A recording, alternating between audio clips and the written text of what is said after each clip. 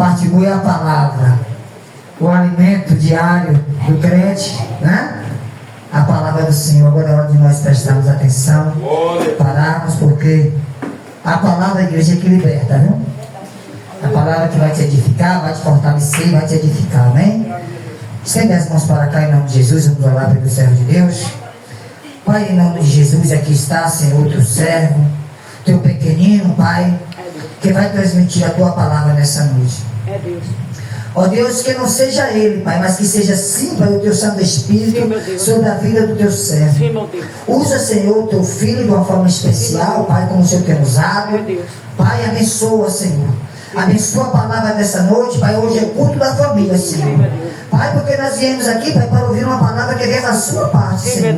Então, Pai, usa teu filho, Pai, para transmitir não aquilo, Pai, que nós queremos ouvir, Senhor, mas tudo aquilo que o Senhor acha, Senhor, que nós precisamos. Amém. Usa, Pai, o teu filho e abençoa a tua igreja em nome de Jesus. Amém? Receba o servo de Deus.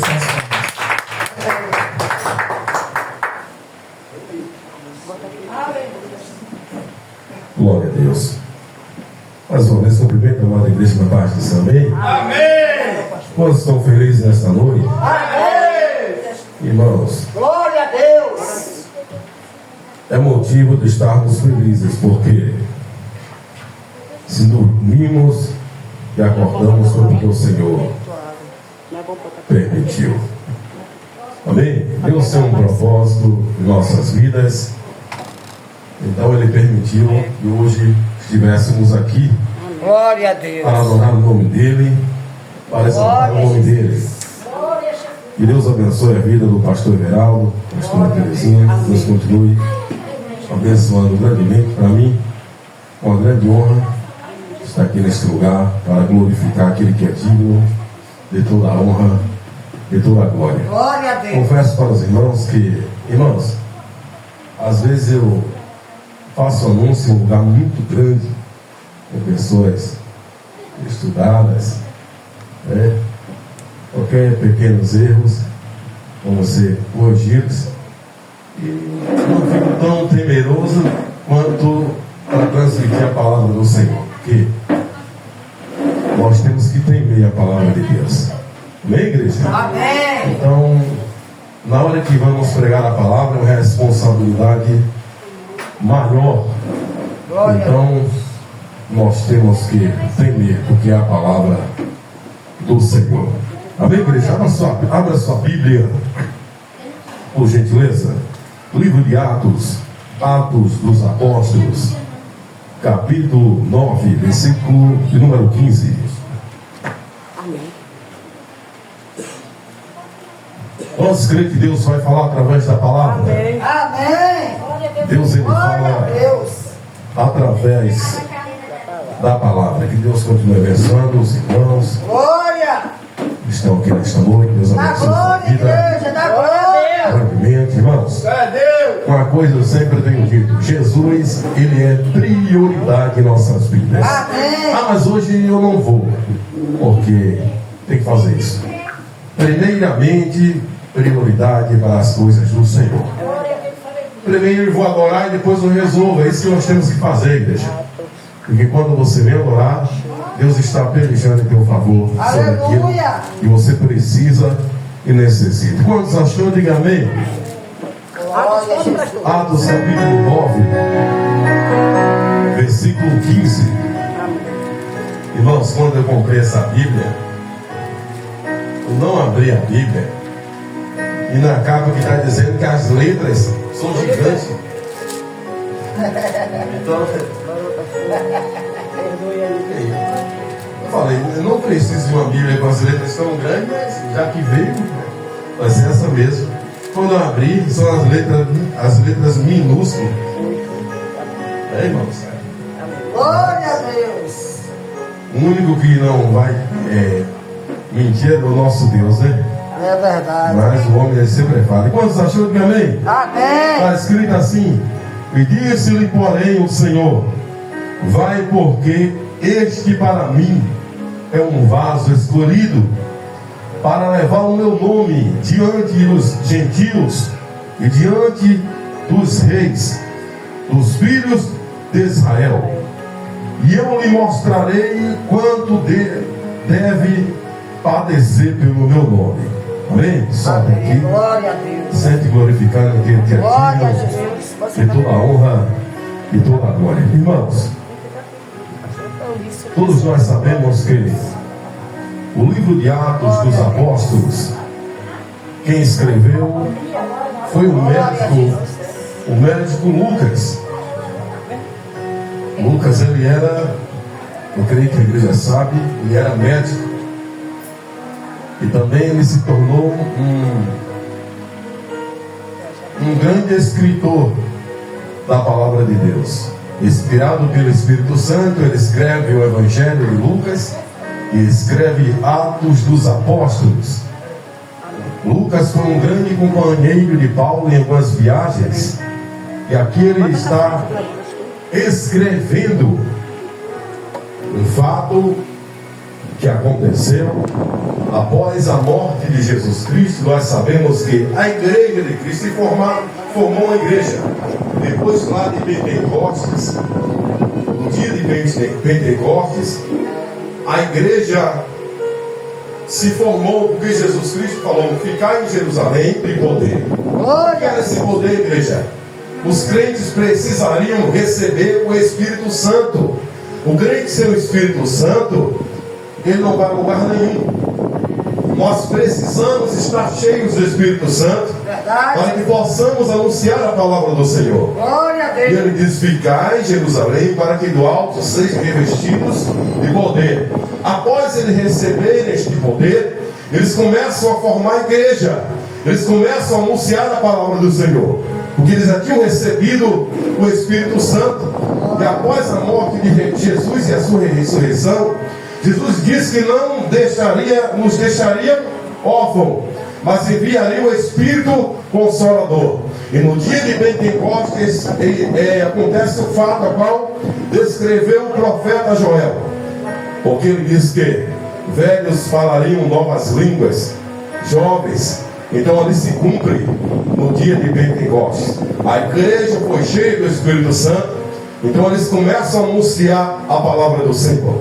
Mas nós sabemos que foi em um período que a igreja começa a anunciar a palavra do Senhor, mas foi em um período de grande perseguição, onde havia reis que eles não aceitavam que outro nome fosse anunciado, ou seja, adorado, que não fosse o dele.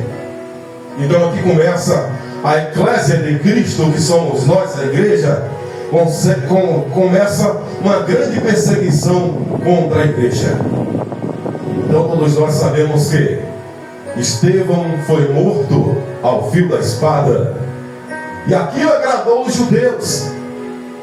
Ou seja, eles observavam a lei de Moisés, estavam focados na lei de Moisés, e não reconheciam que Jesus Cristo era o Messias enviado de Deus.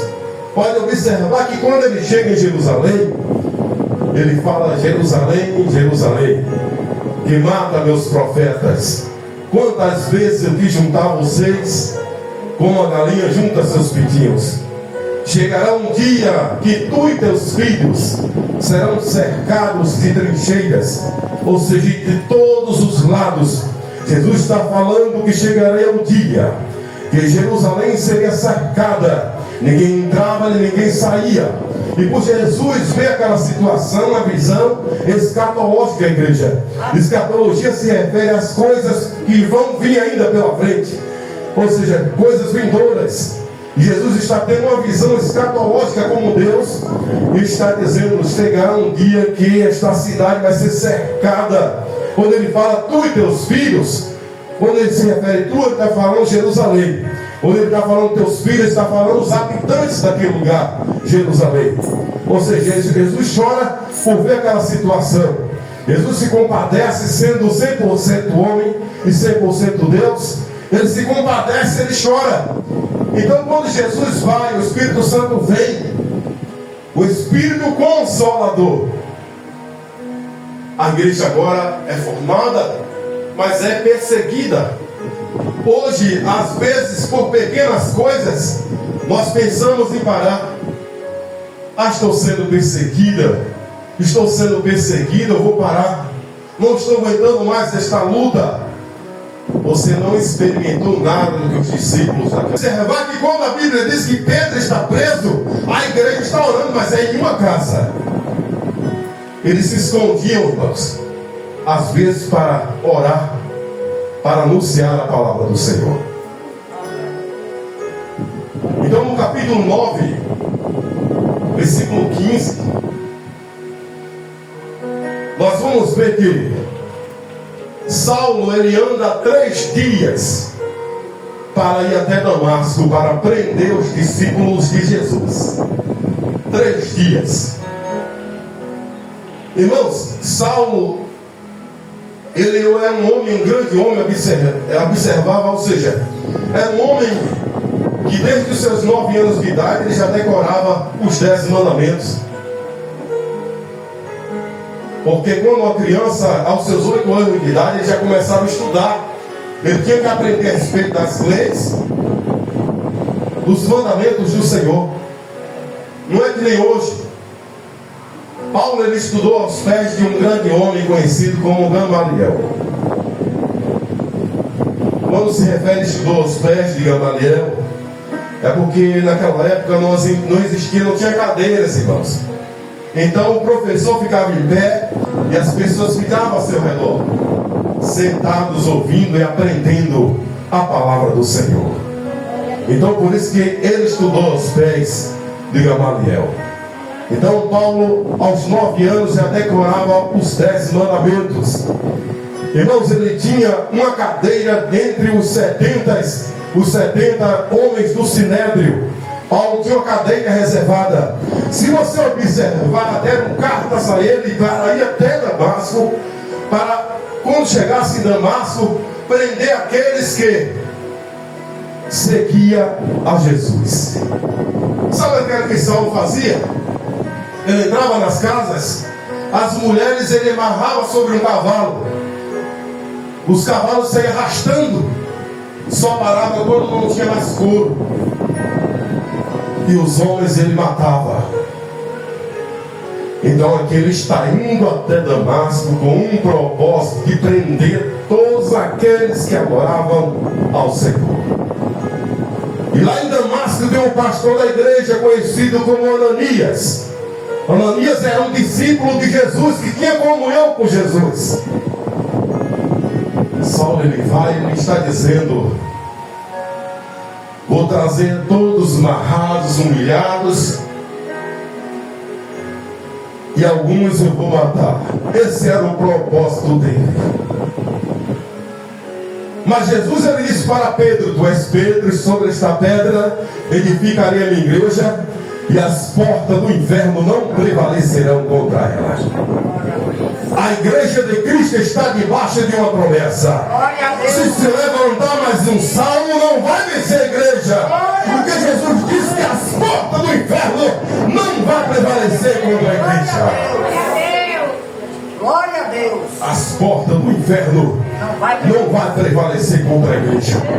Você pode observar que muitas pelejas, muitas lutas as pessoas fazem, mas nunca conseguem destruir a igreja de Cristo. Se fechar um, ele abre 10. Se abre 10, ele abre mais 20. Mas não consegue destruir a igreja de Cristo. Sabe por quê? A igreja está sobre uma promessa. Satanás não vai bagunçar a igreja. Glória a Deus. Aleluia. Lembre-se disso, você está debaixo de uma promessa. Aleluia, glória a Deus. E Paulo ele vai até Damasco. 3 dias andando de cavalo. E luz veio sobre ele. Glória a Deus. E a Bíblia diz, igreja, que ele caiu por terra. Quando ele cai por terra, todos os seus projetos malignos estão caindo por terra. E ele pergunta, ou seja, começa a não entender aquela situação. Jesus chama pelo nome dele: Saulo, Saulo, por que tu me persegues? A glória. Aí ele diz: quem és tu, Senhor? A glória. Eu sou Jesus, aquele que tu está perseguindo. Jesus está dizendo: se persegue meus pastores e tem comunhão comigo, está me perseguindo. Se persegue meus pequenininhos que estão dentro da minha igreja, estão me perseguindo. Eu sou Jesus, aquele que tu está perseguindo. Glória a Deus. Eita, Jesus. Lembre-se de uma coisa: a igreja tem um dono.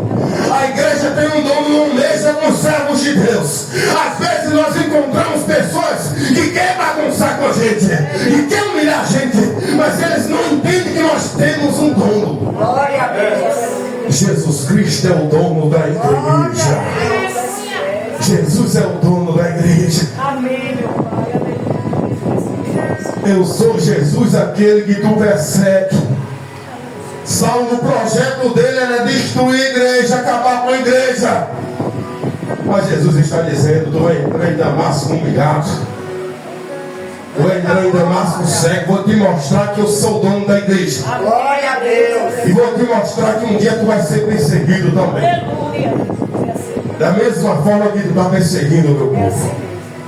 Glória a Deus. Igreja, lembre-se de uma coisa: tem pessoas que nos perseguem. Vai até Damasco, cai por terra, tem um encontro com Jesus, entra humilhado em Damasco,